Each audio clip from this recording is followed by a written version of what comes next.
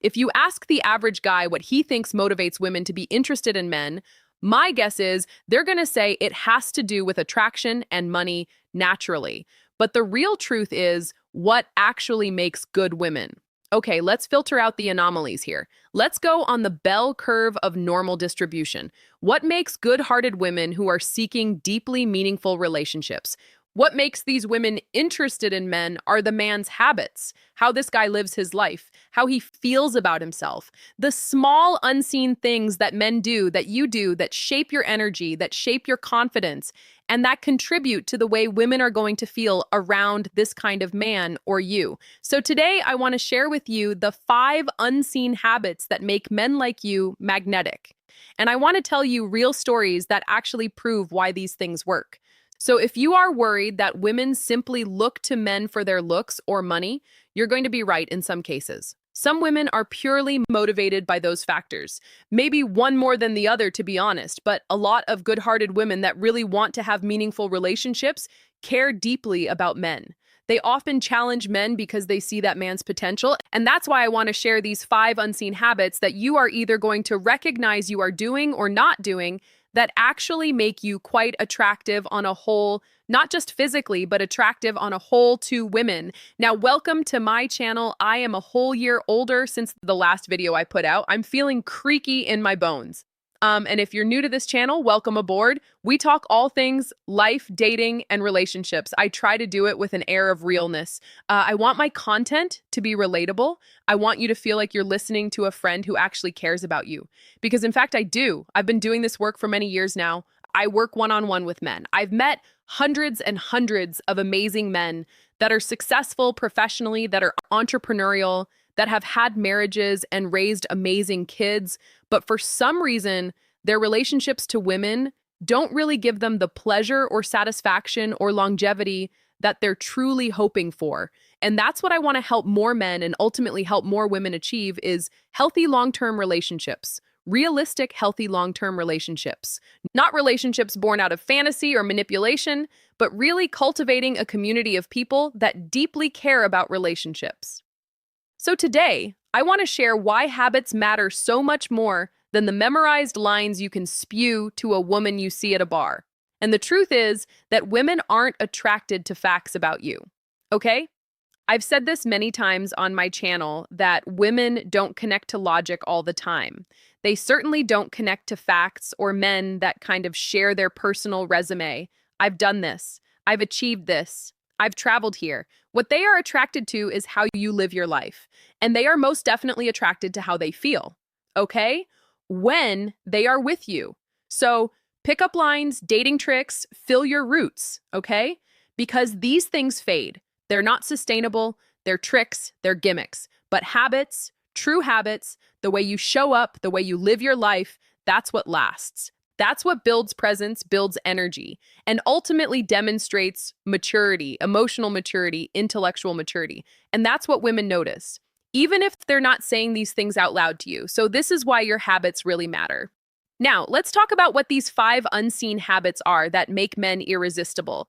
And the first one is no-brainer, guys. Caring for your body. Not so you can go, what, Kimberly? You just said that women are only attracted to money and looks or, wallet size and attraction? Yeah, of course. But what we're really interested in is how you treat your body, right? If you take care of your body, it represents that you respect yourself. So I'm not saying you need to have a particular looking physique. Maybe some women are desperate for a particular body type.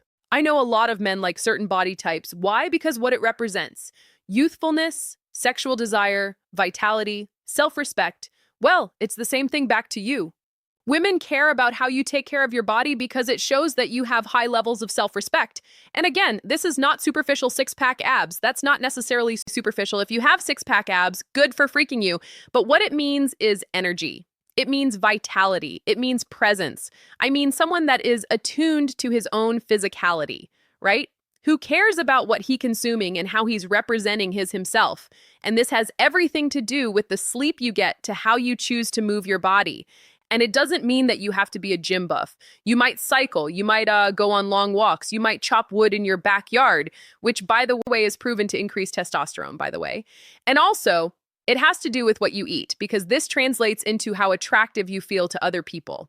Now, I had a client in his early 50s and he was always very exhausted. He was always very down on himself. And he really just said, like, I really don't think women are attracted to me anymore. And we started small with him. We started to actually cut out some of the habits that he objectively knew were holding him back. Not what I thought would be best for his life, but he agreed that cutting out some of the weekend night drinking was going to be helpful for him. And that if he could, because he worked from home as well, and what he found is we kind of roll out of bed and he'd go into the kitchen and he'd have some food, and then he kind of like stumbled to his office. So we recognized that him just getting out of the house for a bit to do a morning walk really cleared his mind. It got him out in nature into sunlight. Vitamin D was very, very healthy routine for him. And so a month later, just by making these two small changes, cutting out a little bit of drinking, which made him more productive in many other ways, it helped his sleep and getting out for this morning walk before he would sat down at his desk. Within a month, I kid you not, within a month, he was starting to notice attention and comments from women. Women saying things to him like, "You seem lighter. You have some really nice energy about you." And nothing, by the way, in his dating profile had changed. His waistline didn't drop by 20 pounds. What changed was how he was taking care of himself. And women picked up on that energy instantly because something transforms in your DNA. I swear it does when you start to care for yourself. You treat yourself the way you want to be treated by other people, right? And that transforms outwards. So I have to start with the habit of really caring for your body. And that's holistically caring for your body, not just the chisel gym. It's moving your body. It's what you feed. It's how you rest and relax.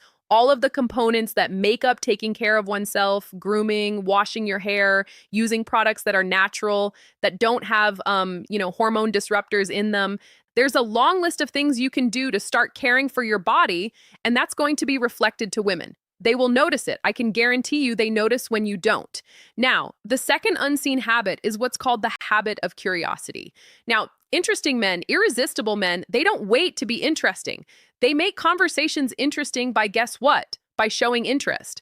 This is a big cycle of interest, right? So being curious about somebody else, even if it's honest to God, not something that you're that excited about, being curious about what lights somebody else up or lights a woman up is going to make her feel really good around you, and she's going to be curious about you. And you create the cycle of curiosity that actually helps you emotionally connect to one another. So curiosity draws people in because it shifts the focus away from, I need to prove how great I am, and it puts the focus on to let's build a connection.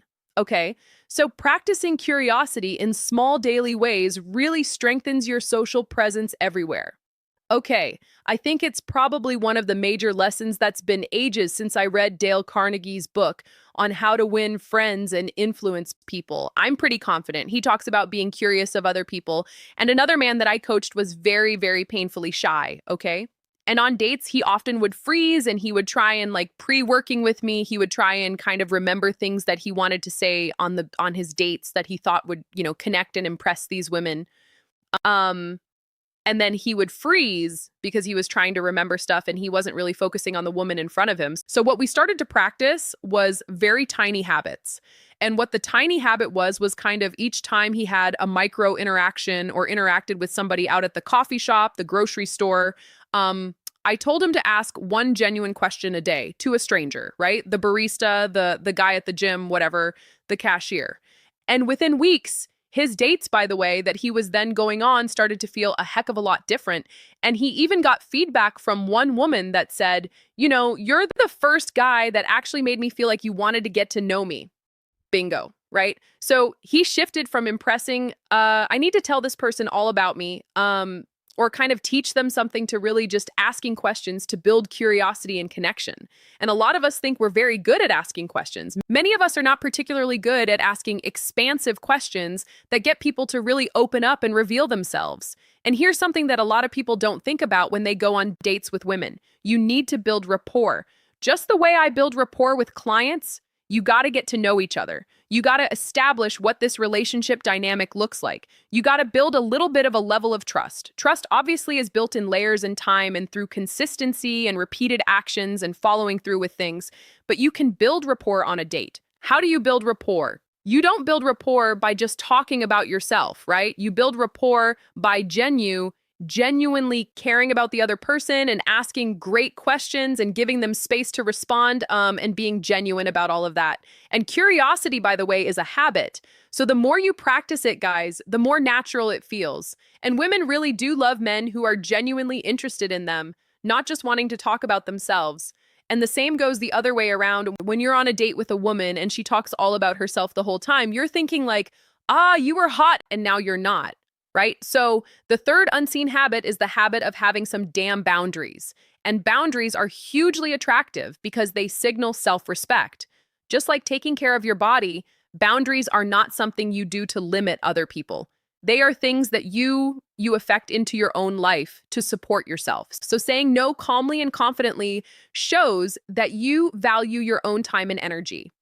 And women naturally will feel safer with men who set boundaries and can do that quite artfully, by the way, because it shows stability and it shows leadership. And so I often actually have many different clients who overextend themselves with women in particular, and they kind of self-diagnose themselves as anxious or people pleasers.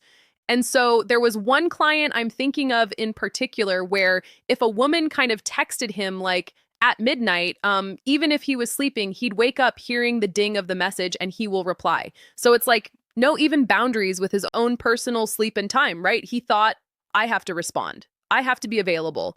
And if this woman, by the way, canceled on him, he would still chase her. And he really, truly, deep down believed that it was demonstrating that he cared, but it actually was showing the opposite. And really, it was representing the opposite. It was representing that he cared more about what other people think of him than what he thinks himself. So we really had to focus on boundary work. And one of the things that you can actually do to set boundaries is how many times have you heard a guy say, or I've heard a guy say that he's gone on a first date and it like lasted 6 hours. Holy macaroni, right? So one of the boundaries that I got this client in particular to work on was ending a date after 2 hours, no matter how well it was going. And by the way, there's huge benefit to doing that, especially if you leave a date on a high. It keeps her wanting more. It's called the Zeigarnik effect. I have another video on it, but what's important is saying like, hey, I left quite a lot of time for us to connect and get to know each other, but I am going to cut this off at some point. And so he tried this once with a woman and she actually gave him feedback. And in some culmination of words, she said something to the effect of, like, you're so intentional. It's really refreshing how intentional you are.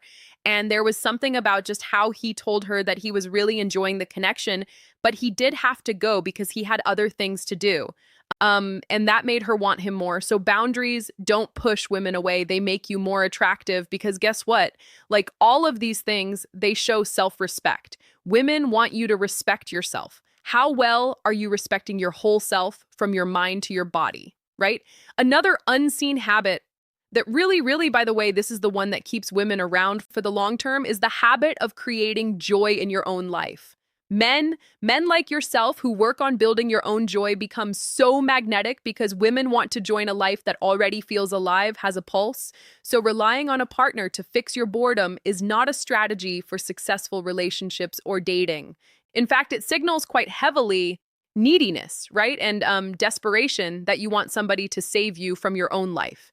So when you actually work on creating moments of joy, and by the way, that can be done in a lot of different, if you like cooking, that can be creating joy. If you like, getting together with friends, that's creating joy. Doesn't matter what it is, it has to be joyful to you. And that's the most important thing because passion shines through. So when you create joy, it signals that you have your own independence, that you're an individual who enjoys your own life. It shows and demonstrates that passion. And again, it has everything to do with the psychology of how women feel around a man who's actually doing things in his life that create him joy. Just the other night, my partner was creating his own joy. He was in our garage using his wood lathe that his dad had when they were growing up. His dad was a shop teacher at one point in time. And I'm a little bit jealous about this because the school I went to didn't teach any of these skills. They didn't teach mechanics. They didn't teach woodworking. They didn't teach any of that. It was very structured on the intellectual side of things. And you know what my partner was doing the other day? He happened to be sparking his own joy. And he was making and turning this gorgeous bowl on the wood lathe that he gave me as one of my birthday presents, which I just made me really connected and attracted to him. We weren't even spending time together. He was just doing something that brought him joy. I was doing something that brought me joy, and this was the what was birthed out of that joy, which brings me more joy because it's sitting here on my desk. So it's just, I bring that up because it's just a recent thing that happened in our lives. That's just demonstrating that doing things that bring you passion, even if it's working with wood or flying a kite in the park, doesn't really matter. Makes you attractive because it means you're living your own life intentionally, that you're having fun, that you know how to bring that and contribute that to a relationship. So the last unseen habit, and I just need a little sip of coffee here because it is early as I record these, it's cold coffee now, is the habit of emotional reflection. Like many of the major Stoics would journal about their thoughts and their emotions, not so that they can dump emotions on the world, but having emotional reflection that men who, and women, right, who reflect on their own life experiences and look at it from different perspectives show maturity. And it's also ends up being the type of people that don't repeat their mistakes because they are aware of their contribution and the circumstances surrounding it. So emotional reflection means you're actually choosing to grow from your past. You're making that choice. It's a deliberate choice because there's the other deliberate choice, which is not reflecting or growing from your past and maybe continuing to complain about it. And so emotional reflection means you've grown from your past. You're not just carrying your past around. And this habit separates men who complain. Then typically, the men who will say women are only after money and looks, typically those types of men, the same group of women that say like men just care about looks and whatever, right? It's this habit that separates men who complain from men who lead with wisdom. Those are attractive men. Now, a client once told me that every date felt like a darn interview. And this happens a lot. We get a little stiff. We're out of practice. But the reason that this was happening was, why did this date feel like an interview? When we really started to unpack it is because he recognized he was hiding his true feelings and he was really kind of only asking questions. So he's like, he took the curiosity thing to her, but not the self-reflection part. So he was hiding his own feelings and deflecting and asking questions of the woman he was on a date with. So the habit that he needed to develop was once a week, write down a lesson that he had learned from his past relationships or his own experience to start developing that muscle up, having one's own personal anecdotes and one's own personal stories of growth to contribute to life. And he also learned a lot from that. And so when he went on future dates, he was able to speak in such a way that he could say things like, I really learned that patience is what holds a relationship together. And he would get feedback from women that, and I remember very vividly, I'm trying to remember exactly what this woman said to him as he relayed it to me, but she said something to the effect of, I like something like, I realize you're different. There was something about the energy that he brought to a date. And she went like, when you were kind of sharing your own personal story, she's like, this is when it clicked in this woman's brain that you were a different guy, a guy that she was really interested in. So reflection is a habit. And when you own your own lessons, women see that maturity. You become wiser, right? And you need some wisdom to navigate to today's modern dating world. So get wise. And that becomes very irresistible to women.